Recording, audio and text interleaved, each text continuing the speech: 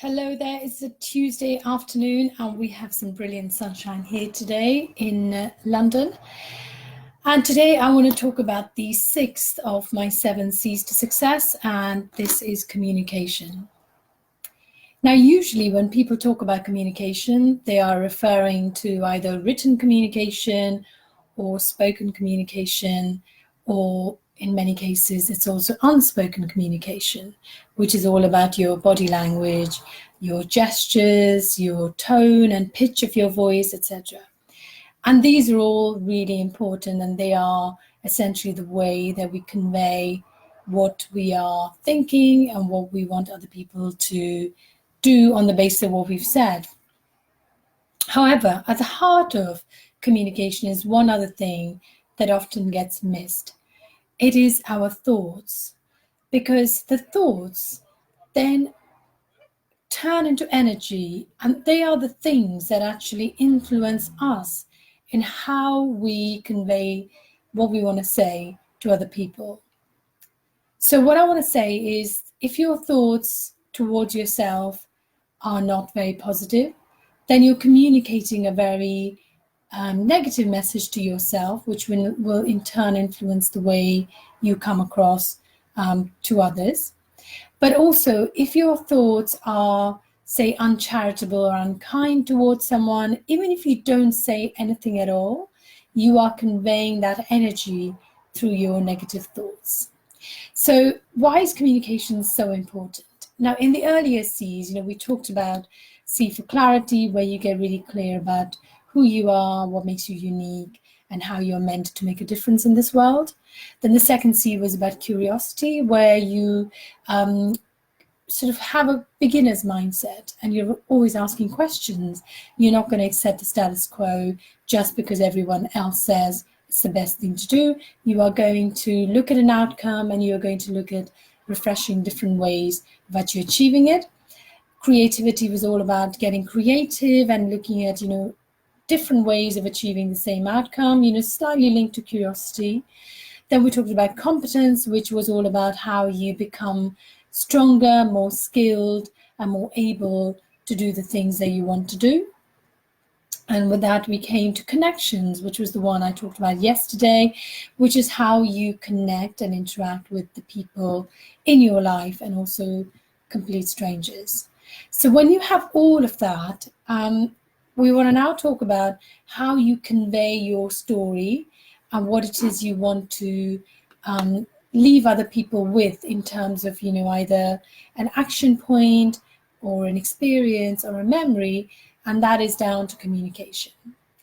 So if we think about communication, there's clearly the written communication, in which all that matters is your words, because somebody is going to receive a piece of paper, or they're going to receive a text message or an email, and they can't see anything beyond the words you've written in there. So it's really important that you are mindful of how those words are going to be interpreted by the person reading your message or letter. The second is obviously spoken communication, and in this, how are you engaging somebody else's attention? How interesting and how impactful is your message going to be when you speak to them, either on a one-on-one basis, or whether it's to a group, or whether it's to a large audience, or it is via video, as I am doing to you now. There's the unspoken communication, which is all about, what does your body language say? What are you saying when you're not saying anything at all? So what does your silence say? When somebody sends you a message and you don't respond, when they actually know you've read the message and you've still not responded, what does that say? That also is communicating something to them, even with the absence of any words.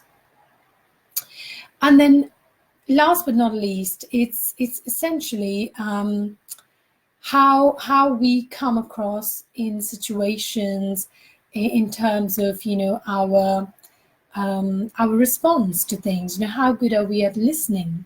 Listening skills are sadly sort of most neglected in today's world, because everyone is so busy trying to be heard, and being heard has become so important that nobody really wants to listen. So I think to become a better listener, become an active listener is more than just letting the words wash over you. It's about really allowing the person to feel understood. It's about acknowledging that you have listened to more than just the words that have been said to you. And I think when we can actually become better listeners, we are more likely to also understand somebody's perspective a little bit better than if we were just purely trying to have them understand what we're about. So that's communication. So as you can see, there's a number of different aspects to it that go beyond just trying to be interesting and impactful in a sort of in a public speaking stage, or even on video.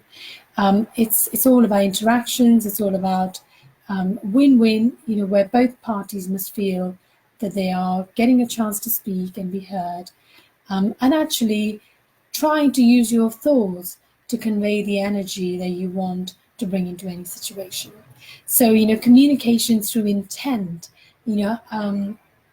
there's this wonderful experiment called the intention experiment that saw the power of how we can actually change a situation, change a person, heal a person, or heal a community by sending positive thoughts, collectively, as in sending, positive thoughts towards this person or this situation to cause that situation to be improved.